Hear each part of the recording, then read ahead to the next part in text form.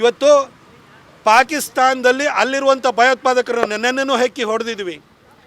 ಈ ಹಿಂದೆನೂ ಕೂಡ ಒಬ್ಬೊಬ್ಬರನ್ನೇ ಹೆಕ್ಕಿ ನಮ್ಮ ಇಂಟೆಲಿಜೆನ್ಸ್ ಏಜೆನ್ಸಿಗಳು ಕೊಲ್ತಾ ಇರೋವಂಥದ್ದು ಬಹಿರಂಗವಾಗಿ ಒಪ್ಕೊಳ್ದೇ ಇದ್ರೂ ಕೂಡ ಕೊಲ್ತಾ ಇರೋರು ಯಾರು ಸರ್? ಪಾಕಿಸ್ತಾನದಲ್ಲಿ ಟೆರರಿಸ್ಟ್ಗಳನ್ನು ಈ ಒಂದು ಭಯೋತ್ಪಾದಕ ಸಂಘಟನೆಗಳ ಲೀಡ್ರುಗಳ ಸಾಯ್ತಾ ಇದ್ದಾರೆ ಅಂತಂದರೆ ಅದನ್ನೇನು ಪಾಕಿಸ್ತಾನದವ್ರು ಸಾಯಿಸ್ತಾರೆ ಸರ್? ಯಾರು ಸಾಯಿಸ್ತಾರೆ?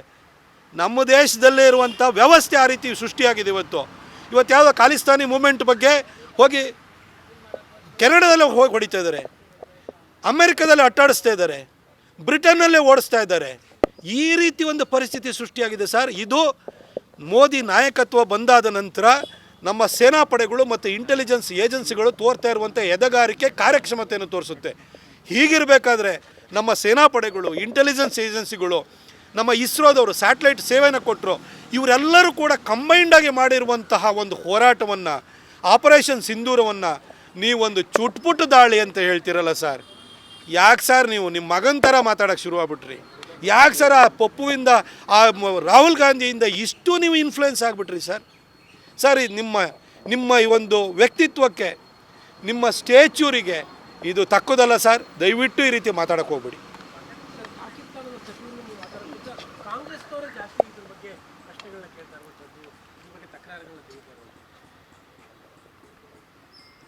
ಮೋದಿಯವರ ಮೇಲಿನ ಒಂದು ಮತ್ಸರದಿಂದಾಗಿ, ಅವರ ಮೇಲಿನ ಒಂದು ದ್ವೇಷದಿಂದಾಗಿ ಒಂದಷ್ಟು ಕಾಂಗ್ರೆಸ್ ನಾಯಕರು ಈ ರೀತಿ ಹೇಳಿಕೆಯನ್ನು ಕೊಡ್ತಾನೆ ಇದ್ದಾರೆ.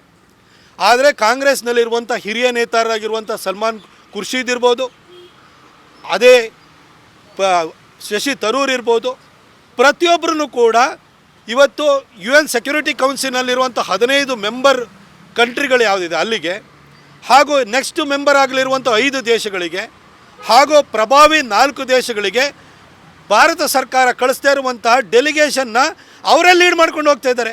ಅವ್ರಿಗೆ ಗೊತ್ತು ಆಪರೇಷನ್ ಸಿಂಧೂರ್ ಮುಖಾಂತರವಾಗಿ ಭಾರತ ಎಂಥ ಒಂದು ಕಠಿಣವಾದ ಸಂದೇಶವನ್ನು ಪಾಕಿಸ್ತಾನ ಕೊಟ್ಟಿದೆ. ಇನ್ನೊಂದು ಸಾರಿ ಏನಾದರೂ ತಲಾಟೆ ಮಾಡ್ತು ಅಂದರೆ ಪಾಕಿಸ್ತಾನವನ್ನು ಮುಗಿಸ್ತಾರೆ ಅನ್ನೋದು ಇವತ್ತು ಎಲ್ಲರಿಗೂ ಕೂಡ ಮನವರಿಕೆ ಆಗಿದೆ. ಇಂಥ ಒಂದು ಗಟ್ಟಿ ನಾಯಕತ್ವದ ಪರವಾಗಿ ಇವತ್ತು ಕಾಂಗ್ರೆಸ್ ನಾಯಕರೇ ಇವತ್ತು ಅವರ ಪರವಾಗಿ, ಮೋದಿಯವರ ಪರವಾಗಿ, ಮೋದಿಯವರ ಏನು ಒಂದು ಸಂದೇಶವನ್ನು ಹೊತ್ತು ಬೇರೆ ಬೇರೆ ದೇಶಗಳಿಗೆ ಹೋಗ್ತಾ ಇದ್ದಾರೆ. ಇಲ್ಲಿರುವಂತಹ ಕ್ಷುಲ್ಲಕ ಮನಸ್ಥಿತಿಯ ಒಂದಷ್ಟು ನಾಯಕರುಗಳು ಈ ರೀತಿ ಪ್ರಶ್ನೆಯನ್ನು ಮಾಡ್ತಿದ್ದಾರೆ. ಅಲ್ಲ, ನೆನ್ನೆನೂ ಕೂಡ ಖರ್ಗೆ ಅವರು ಮಾತನಾಡ್ತಿರ್ತಾರೆ, ನಮ್ಮ ಪಾಕಿಸ್ತಾನ ಅಂತಾರೆ. ತಪ್ಪಿಲ್ಲ, ಖಂಡಿತ ತಪ್ಪಿಲ್ಲ. ಖರ್ಗೆ ಅವರ ಬಾಯಲ್ಲಿ ನಮ್ಮ ಪಾಕಿಸ್ತಾನ ಅಂತಂದರೆ ಈಗ ಪಾಕಿಸ್ತಾನವನ್ನು ಸೃಷ್ಟಿ ಮಾಡಿದವ್ರು ಯಾರು? ಪಾಕಿಸ್ತಾನದ ಜನಕ ಯಾರು? ಪಾಕಿಸ್ತಾನದ ರಾಷ್ಟ್ರಪಿತ ಯಾರು? ಪಾಕಿಸ್ತಾನದ ರಾಷ್ಟ್ರಪಿತ ಅದು ಇಂಡಿಯನ್ ನ್ಯಾಷನಲ್ ಕಾಂಗ್ರೆಸ್ಸು. ಹಾಗಾಗಿ ನಮ್ಮ ಪಾಕಿಸ್ತಾನ ಅಂತ ಅವ್ರಿಗೆ ಅನಿಸುತ್ತೆ. ಆ ಪಾಕಿಸ್ತಾನದ ಮೇಲೆ ದಾಳಿ ಮಾಡಲಿಕ್ಕೆ ಹೋದಕ್ಕೆ ಸಹಜವಾಗಿ ಅವ್ರ ಕೂಸಿನ ಮೇಲೆ ದಾಳಿ ಮಾಡ್ತಾಯಿದ್ದಾರೆ ಅಂತ ಅವ್ರಿಗೆ ಹೊಟ್ಟೆ ಉರಿಯುತ್ತೆ. ಹಾಗಾಗಿ ಅವರ ಹೇಳಿಕೆ ಮುಖಾಂತರವಾಗಿ ಅವ್ರ ಒಳಗಡೆ ಅಂತರಾತ್ಮದಲ್ಲಿರುವಂಥ ಭಾವನೆಗಳು ವ್ಯಕ್ತವಾಗ್ತಿದ್ದಾವೆ. ಈ ರೀತಿ ಹೇಳಿಕೆಗಳು, ಅಬದ್ಧದ ಮಾತುಗಳು ಕೂಡ ಈ ರೀತಿ ಪಾಕಿಸ್ತಾನದ ಮೇಲಿರುವಂತಹ ಪ್ರೀತಿಯ ದ್ಯೋತಕವಾಗಿಯೇ ಹೊರಗಡೆ ಬರ್ತಾ ಇದ್ದಾವೆ. ಹಾಗೆ ಖರ್ಗೆ ಅವ್ರದ್ದು ಒಂದು ಭಾಗ ಆದರೆ,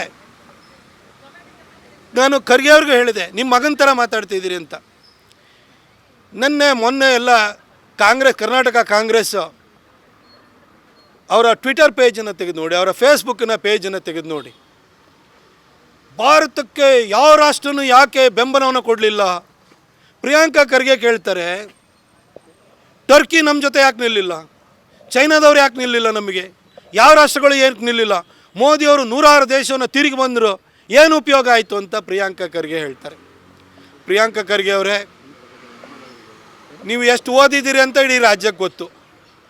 ಆದರೆ ಇತಿಹಾಸದ ಜ್ಞಾನ ಇದ್ದರೆ, ಜಿಯೋ ಪಾಲಿಟಿಕ್ಸ್ ಅನ್ನೋದು ಅರ್ಥವಾಗಿದ್ದರೆ ಖಂಡಿತ ನೀವು ಹೇಳಿಕೆಯನ್ನು ಕೊಡ್ತಾ ಇರಲಿಲ್ಲ.